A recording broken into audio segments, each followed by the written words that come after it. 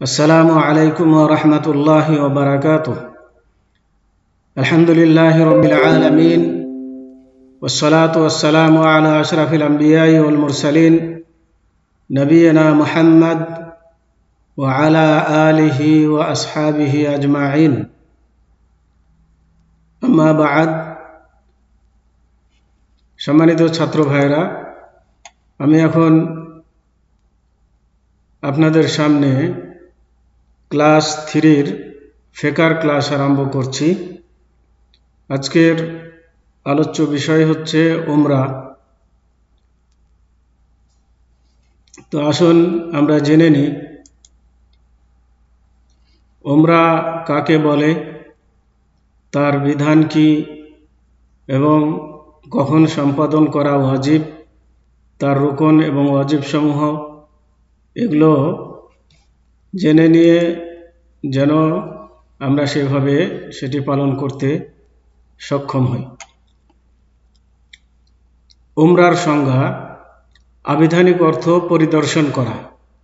তাহলে মানে উমরার আবিধানিক অর্থ হচ্ছে পরিদর্শন করা, মানে কোনো কিছু দেখা, দর্শন করা।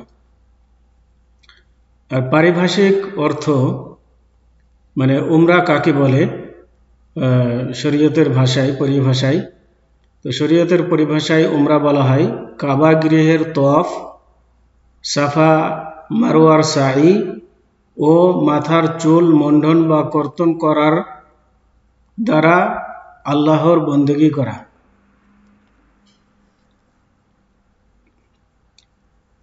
এটা হচ্ছে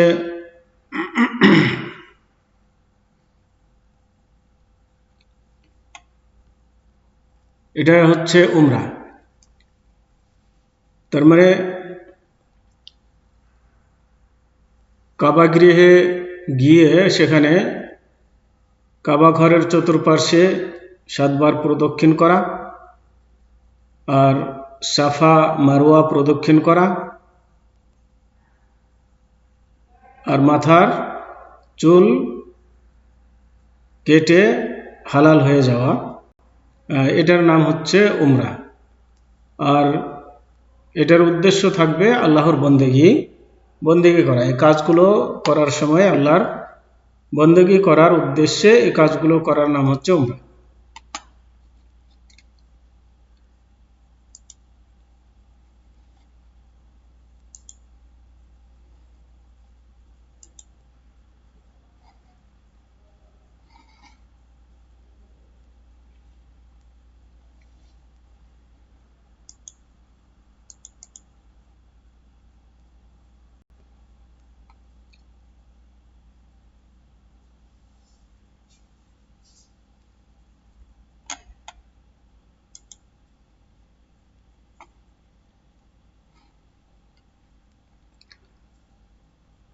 আসুন এবার জেনে নিই উমরার হুকুম কি। উমরার হুকুম হচ্ছে জীবনে একবার পালন করা ওয়াজিব। কখন সম্পাদন করা ওয়াজিব? তার মানে উমরা ফরজ হওয়ার সাথে সাথে অনতি বিলম্বে সম্পাদন করা আবশ্যক। এটা হচ্ছে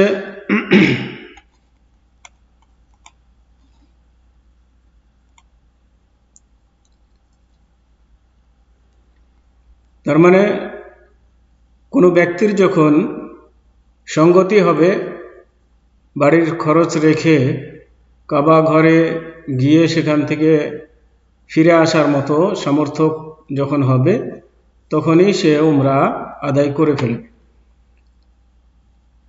এ মর্মে হাদিস এসেছে যে আয়েশা রাদিয়াল্লাহু তাআলা আনহা বলেন যে কুলতু ইয়া রাসূলাল্লাহ আলান নিসাই জিহাদুন? ক্বালা না'আম আলাইহিন্না জিহাদুন লা কিতালা ফীহি আল হজ্জ ওয়াল উমরাতু। আয়েশা রাদিয়াল্লাহু তাআলা আনহা বলেন যে আমি আল্লাহ রাসূল সাল্লাল্লাহু আলাইহি ওয়াসাল্লামকে জিজ্ঞেস করলাম যে মহিলাদের উপরে কি জিহাদ ফরজ, মহিলাদের কি জিহাদ করতে হবে? তখন আল্লাহ রাসূল সাল্লাল্লাহু আলাইহি সাল্লাম বললেন যে হ্যাঁ, তাদের উপরে জিহাদ ফরজ, তবে সংঘর্ষবিহীন জিহাদ। তার মানে আর সেটি হচ্ছে হজ ও উমরা করা। তাহলে মহিলাদের হজ বা উমরা করা এটাই হচ্ছে মহিলাদের জন্য জিহাদ। তাহলে এখানে আল্লাহ রাসূল সাল্লাল্লাহু আলাইহি ওয়াসাল্লাম উমরা করা ফরজ বললেন, যে মহিলাদের উপরে উমরা করা ফরজ। এই হাদিস থেকে বোঝা গেল। হাদিসটি সুনানে ইবনে মাজাহ হাদিস নম্বর 2901 এবং আল্লামা মুহাম্মদ নাসিরউদ্দিন আলবানী হাদিসটিকে সহিহ বলেছেন। উমরার শর্তসমূহ। উমরার শর্ত হচ্ছে যে মানে উমরা কে করতে পারবে, উমরা কার জন্য সহি হবে। সহি হওয়ার জন্য শর্ত হচ্ছে যে ইসলাম, তার মানে উমরাকারীকে মুসলমান হতে হবে। 2 নম্বর হচ্ছে স্বাধীনতা, তার মানে কৃতদাসের উপরে শুদ্ধ হবে, তবে তার উপরে ওয়াজিব নয়। তার মানে উমরা ওয়াজিব হওয়ার জন্য শর্ত হলো স্বাধীন হওয়া, স্বাধীন মানুষ হওয়া, তার মানে কৃতদাস না হওয়া। তবে কোনো কৃতদাস যদি উমরা করে তাহলে তার উমরা হবে, উমরার সওয়াব পাবে, কিন্তু তার উপরে ওয়াজিবের বিধান নেই। না করলে যে সে গুনাহগার হবে এমনটি হবে না। 3 নম্বর হচ্ছে সাবালক হওয়া, তার মানে প্রাপ্তবয়স্ক হওয়া। নাবালক ব্যক্তির উপরে উমরা ওয়াজিব নয়, তবে যদি করে নাবালক অবস্থায় তাহলে উমরা শুদ্ধ হবে, কিন্তু ওয়াজিব নয়। 4 নম্বর হচ্ছে বিবেক সম্পন্ন হওয়া, তার মানে তার স্বাভাবিক জ্ঞান থাকতে হবে, মানে পাগলের উপরে ওয়াজিব নাই। 5 দৈহিক ও আর্থিক ক্ষমতা থাকা, মানে সেখানে গিয়ে উমরা করার মতন দৈহিক শক্তি থাকা এবং আর্থিক ক্ষমতা থাকা। অর্থাৎ আর্থিক ক্ষমতা বলতে প্রয়োজনের অধিক যদি তার কাছে সম্পদ থাকে, আর সেটি দিয়ে যদি সে উমরা করতে সক্ষম হয়, যাওয়া আসার খরচ যদি হয়ে যায়, তাহলে তার উপরে উমরা করা ফরজ। 6 মহিলার সঙ্গে মাহরাম, অর্থাৎ স্বামী অথবা যার জন্য সে হারাম এ ধরনের লোক থাকা। মানে মহিলা যদি হজ বা উমরা করে তাহলে তার সাথে মাহরাম থাকতে হবে, তার মানে তার স্বামী থাকতে হবে, অথবা এমন ব্যক্তি থাকতে হবে যাদের সাথে তার বিবাহ হারাম, যেমন ভাই, বাপ, তারপরে শ্বশুর, যাদের সাথে বিবাহ হারাম, এরকম মামা, চাচা।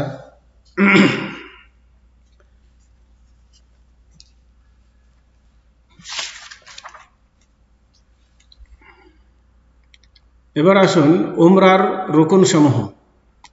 উমরার রুকুন বলা হয় তার মূল জিনিস, যেটি না করলে সেই কাজটি পূর্ণ হবে না,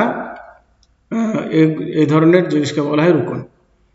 তো উমরার রুকুন হচ্ছে 3টি, যথা 1 ইহরাম বাঁধা, তার মানে উমরার জন্য ইহরাম বাঁধতে হবে, অর্থাৎ উমরাতে প্রবেশ করার নিয়ত করা। 2 তাওয়াফ করা, তার মানে বাইতুল্লাহ আল্লাহর ঘরের চারপাশে 7 বার প্রদক্ষিণ করা, কে বলা হয় তাওয়াফ। 3 সাই করা, অর্থাৎ সাফা মারওয়া প্রদক্ষিণ করা 7 বার। এই 3টি হচ্ছে উমরার রুকুন। যে ব্যক্তি কোনো একটি রুকুন ত্যাগ করবে, তা সম্পাদন না করা পর্যন্ত তার উমরা পূর্ণ হবে না। তার মানে কোনো রুকন যদি কারো ছুটে যায় তাহলে সেটি পূর্ণ করতে হবে, পুনরায় করতে হবে, না করলে উমরার কাজ পূর্ণ হবে না, উমরা হবে না। কিন্তু যদি কেউ এহরাম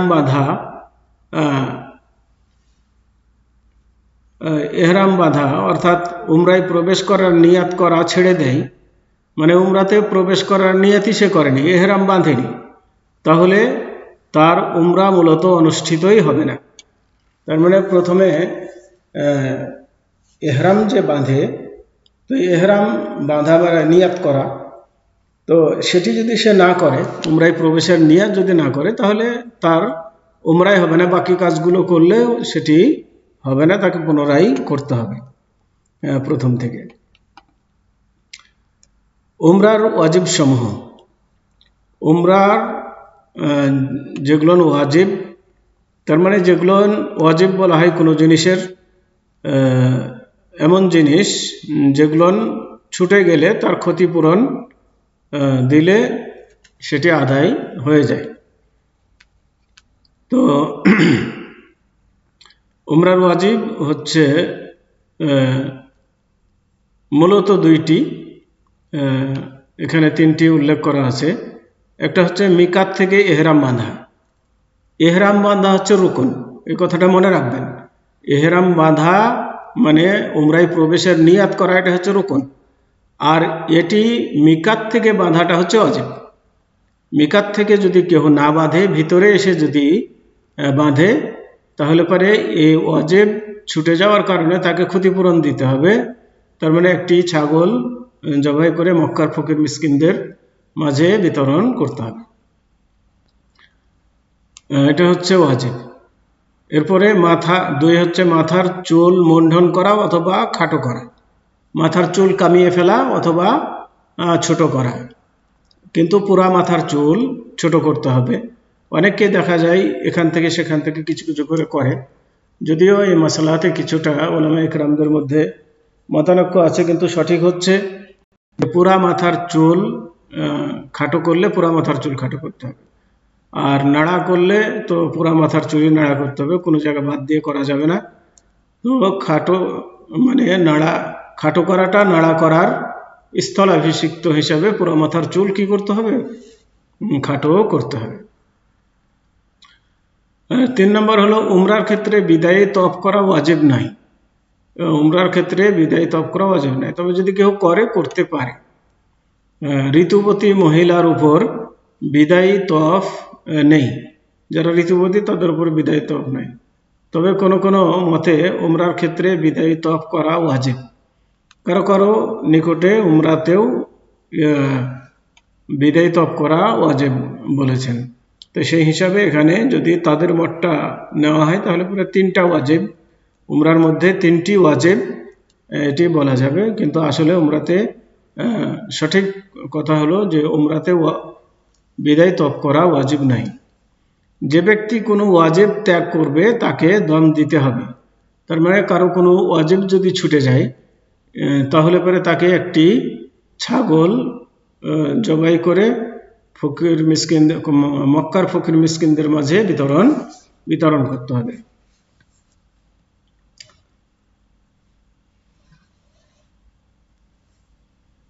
তো আজকে এ পর্যন্তই। সাল্লাল্লাহু আলা নবিয়িনা মুহাম্মদ ওয়া আলা আলিহি ওয়া আসহাবিহি ওয়া বারিক ওয়া সাল্লাম। আসসালামু আলাইকুম ওয়া রাহমাতুল্লাহি ওয়া বারাকাতুহু।